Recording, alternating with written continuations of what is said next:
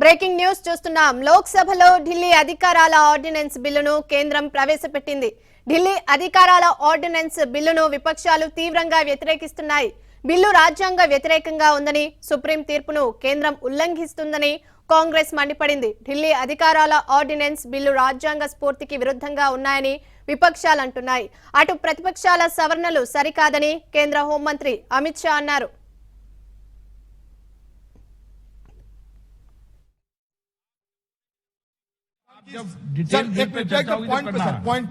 संविधान की 7वीं अनुसूची के तहत सेवाएं राज्य का विषय है, इसलिए एनसीटी विधानसभा को एनसीटी की सेवाओं से संबंधित सभी विषय पर बिना किसी गतिरोध अड़चन के कानून पारित करने का अधिकार होना चाहिए था।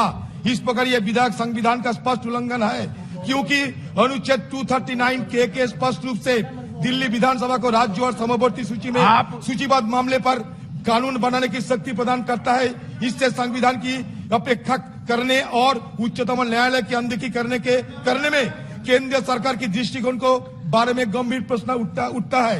इस विधेयक का उद्देश्य उच्चतम न्यायालय की फैसले से ज्यादा स्थापित दिल्ली सरकार के अधिकार और उसकी स्वतंत्रता को कम करने was suspended by the chairman to take up the discussion on the topic of attacks on migrants from the northeastern region in different parts of the country.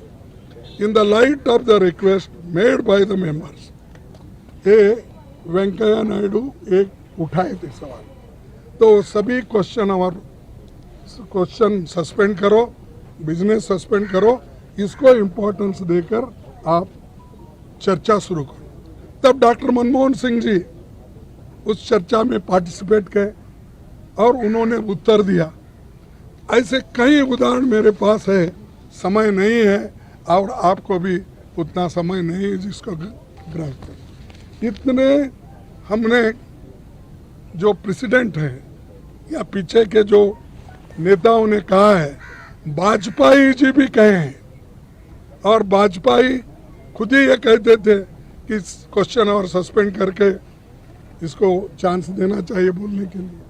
अरे जब नेता लोग, बड़े बड़े नेता लोग, उनके नेता लोग भी इसी सवाल पे कई बार मुद्दे उठाकर वो प्रश्न, क्वेश्चन आवर और बाकी चीज़ें सस्पेंड करके लिए हैं, तो ये आज यहाँ पर हमको धमकाया जा रहा है और हमको कहा जा रहा है कि अगर आप बार बार ऐसे उठे तो आपको बड़ी शिक्षा मिलेंगी। ये कौन कर रहे हैं? चेयरमैन के मुंह से सरकार करवा रही है। सरकार अगर ये बातें नहीं करती तो नहीं होता था। और दूसरी चीज, एक हमारे सीनियर माननीय अध्यक्ष जी, विपक्ष के सदस्य जो मुद्दे संसद के नियमों के अनुसार उठाए गए, मैं इसकी स्पष्टता इस महान सदन के सामने करना चाहता हूं। माननीय अध्यक्ष, 239 क और क के अंतर्गत ख, इसमें स्पष्ट उल्लेख है संविधान में कि उपखंड क की किसी बात से संघ राज्य क्षेत्र या किसी भी भाग के लिए किसी भी विषय के संबंध में इस संविधान के अधीन विधि बनाने की संसद की शक्ति का अल्पीकरण नहीं हो सकता।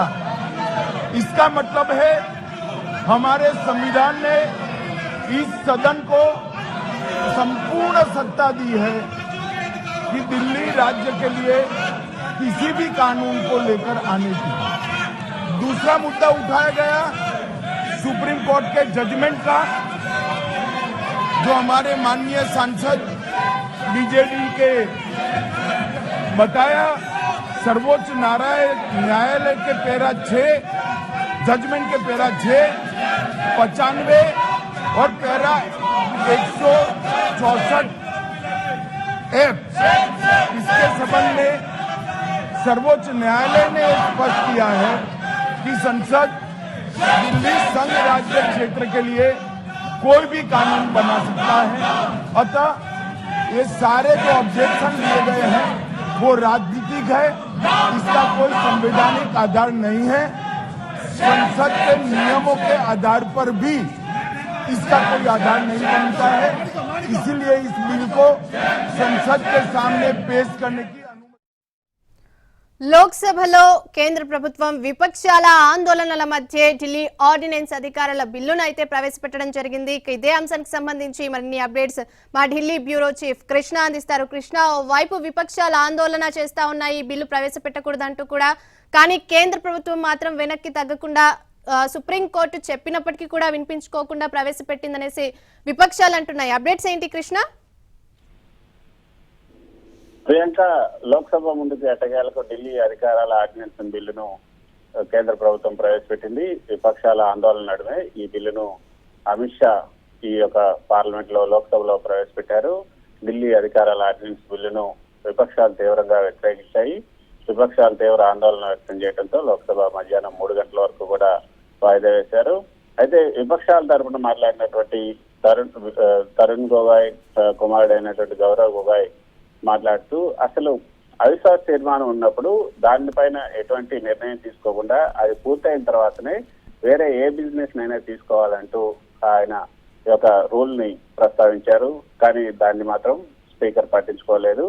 అసలు ఏ రూల్ ప్రకారం మీరు పెడుతున్నారు, మీకు అసలు రూల్స్ తెలుసా, లేకపోతే అసలు ఎందుకు మీరు వీటన్నిటిని బైపాస్ చేస్తున్నారు, పార్లమెంటరీ నియమాలను కూడా మీరు బైపాస్ చేస్తూ అవిశ్వాస తీర్మానం పైన నిర్ణయం తీసుకోకుండా అవిశ్వాస తీర్మానం పూర్తి కాకుండా ఏ బిల్లును పెట్టకూడదంటూ రూల్స్ చాలా క్లియర్ గా చెప్తున్నప్పటికీ కూడా మీరు ఎందుకు ఇటువంటి నిర్ణయం తీసుకున్నారన్న దానికి సమాధానం చెప్పలేదు. పైగా శశిథరూర్, కాంగ్రెస్ మెంబర్ శశిథరూర్ కూడా అసలు సుప్రీంకోర్టు ఇచ్చినటువంటి ఈ యొక్క తీర్పుకు విరుద్ధంగా ఈ యొక్క బిల్లును పెట్టారు. అసలు సుప్రీంకోర్టు చెప్పింది ప్రజలు ఎన్నుకున్నటువంటి ప్రభుత్వానికే పూర్తి అధికారాలు ఉన్నాయని చెప్పిన తర్వాత మళ్ళీ దాన్ని నలిఫై చేయడం కోసం ఎందుకు ఈ బిల్లును తీసుకొస్తున్నారు, దీన్ని పూర్తిగా మేము వ్యతిరేకిస్తున్నాం. ఎక్కడైనా అసెంబ్లీకే పూర్తి అధికారాలు ఉండాలి, కానీ ఈ కేంద్ర ప్రభుత్వానికి ఇండైరెక్ట్ గా దీనిపైన ఎందుకు అధికారాలు ఇవ్వాలని కూడా ప్రశ్నించారు. కానీ ఇంకా చాలా మంది విపక్ష సభ్యులు కూడా ఇవే ప్రశ్నలు లేవనెత్తినప్పటికీ వాటికి సమాధానం ఇవ్వకుండా కేంద్ర ప్రభుత్వానికి ఏ బిల్లునైనా ప్రవేశపెట్టే అధికారం ఉంది, పార్లమెంట్ కూడా ఏ బిల్లునైనా పాస్ చేసే అధికారం ఉంది, కాబట్టి సుప్రీంకోర్టు చెప్పిందే ఫైనల్ కాదు, సుప్రీంకోర్టు ఏమీ భగవద్గీత కాదు అన్నట్లుగా అమిత్ షా, కేంద్ర హోంశాఖ మంత్రి అమిత్ షా రిప్లై ఇవ్వటం మనం చూసాం. అయితే అవిశ్వాస తీర్మానం ఉన్నప్పుడు ఈ బిల్లులు తీసుకురాకూడదు అంటూ లేవనెత్తినటువంటి అభ్యంతరాలు ఏవైతున్నాయో, విపక్షాలు లేవనెత్తిన అభ్యంతరాలు వాటికి మాత్రం ఎవరు కూడా సమాధానం చెప్పలేదు. దాంతో ఈ రోజైతే బిల్లును ప్రవేశపెట్టడం జరిగింది. ఆ బిల్లును ప్రవేశపెట్టడానికి స్పీకర్ కూడా అనుమతించారు. దానికి మెజార్టీ సభ్యుల అనుమతితో, ఓటింగ్ తో, మూజువాని ఓటుతో ఆ బిల్లును అనుమతించడం జరిగింది. అయితే ఈ బిల్లు పైన ఎప్పుడు చర్చ స్వీకరిస్తారు, ఎన్ని గంటల పాటు దీనిపైన చర్చ జరుగుతుంది అన్నది తదుపరి BSCలో నిర్ణయించే అవకాశం ఉంటుంది. ప్రస్తుతానికైతే ఈ రోజు ఇక్కడ లోక్సభలో బిల్లును ప్రవేశపెట్టాలని మాత్రం విపక్ష సభ్యులు పూర్తి స్థాయిలో వ్యతిరేకించారు. Right, thank you for the updates Krishna.